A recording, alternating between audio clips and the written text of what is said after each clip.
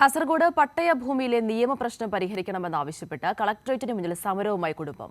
പൊയ്നാച്ചി തെക്കിൻ വില്ലേജിലെ യുബി ആയിഷയുടെ കുടുംബമാണ് റവന്യൂ വകുപ്പിലെ ചില ഉദ്യോഗസ്ഥരുടെ അനാസ്ഥയ്ക്കെതിരെ ഒരു മാസത്തോളമായി സമരം ചെയ്യുന്നത്. പൊയ്നാച്ചി തെക്കിൽ വില്ലേജിലെ യുബി ആയിഷയ്ക്ക് വർഷങ്ങളായി കൈവശം വെച്ചിരുന്ന 1 ഏക്കർ ഭൂമി 1988 സംസ്ഥാന സർക്കാർ പതിച്ചു നൽകിയത്. ഈ ഭൂമിയിൽ നിന്ന് 10 സെന്റ് ഭൂമി ആയിഷ 2014 മകൻ BA ഇസ്മായിലിന് കൈമാറി. 2019 വരെ ഈ ഭൂമിക്ക് നികുതി അടച്ചു. ഇതിനുശേഷമാണ് ഭൂമിയുമായി ബന്ധപ്പെട്ട നിയമപ്രശ്നം ഉയർന്നു വന്നത്. ഇത് സർക്കാർ ഭൂമിയാണെന്നും ഇതിൽ ആയിഷയ്ക്കും മകനും അവകാശമില്ലെന്നും റവന്യൂ വകുപ്പിലെ ചില ഉദ്യോഗസ്ഥർ റിപ്പോർട്ട് നൽകി. ഭൂമി കയ്യേറിയെന്ന് കാണിച്ച് ഇസ്മായിലിനെ പോലീസ് അറസ്റ്റ് ചെയ്തു. തുടർന്ന് നടന്ന നിയമ പോരാട്ടത്തിൽ ലാൻഡ് റവന്യൂ കമ്മീഷണറും കാസർഗോഡ് ജില്ലാ കോടതിയും ജില്ലാ കളക്ടറും ഉൾപ്പെടെ ആയിഷയ്ക്കും മകൻ ഇസ്മായിലിനും അനുകൂലമായി ഉത്തരവിട്ടു.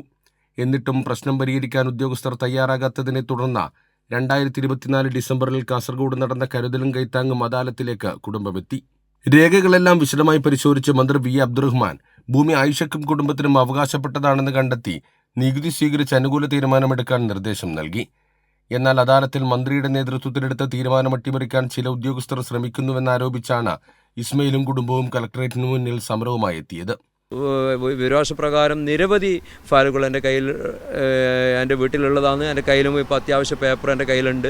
നിരവധി ഫയലുകൾ തയ്യാറാക്കി വെച്ച് പരസ്പര വിരുദ്ധമായതും ക്രമക്കേടുകളും സർക്കാർ രേഖയിൽ തന്നെ അട്ടിമറിക്കുന്ന തരത്തിലുള്ള നിലപാടാണ് ആ മുൻ തെക്ക് വില്ലേജ് ഓഫീസർ നിലവിലെ ഡെപ്യൂട്ടി തഹസിൽദാറുമായ രമേശൻ സാർ സ്വീകരിച്ച് വന്നിട്ടുള്ളത്. അത് ആ സാറിനറിയാം ഈ നികുതി എടുത്തു കഴിഞ്ഞാൽ സാങ്കേതിക പ്രശ്നം ഉദ്യോഗസ്ഥന്മാർ ഉണ്ടാകുമെന്നുള്ളത്. 10 സെന്റ് ഭൂമി മറ്റൊരു വ്യക്തിക്ക് പതിച്ചു നൽകാനുള്ള നീക്കം നടക്കുന്നതായാണ് ആയിഷയുടെ കുടുംബത്തിന്റെ ആരോപണം.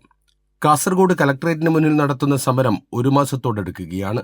പ്രശ്നത്തിന് പരിഹാരം കാണുന്നതുവരെ സമരം തുടരാനാണ് തീരുമാനം. കൈരളി ന്യൂസ്, കാസർഗോഡ്.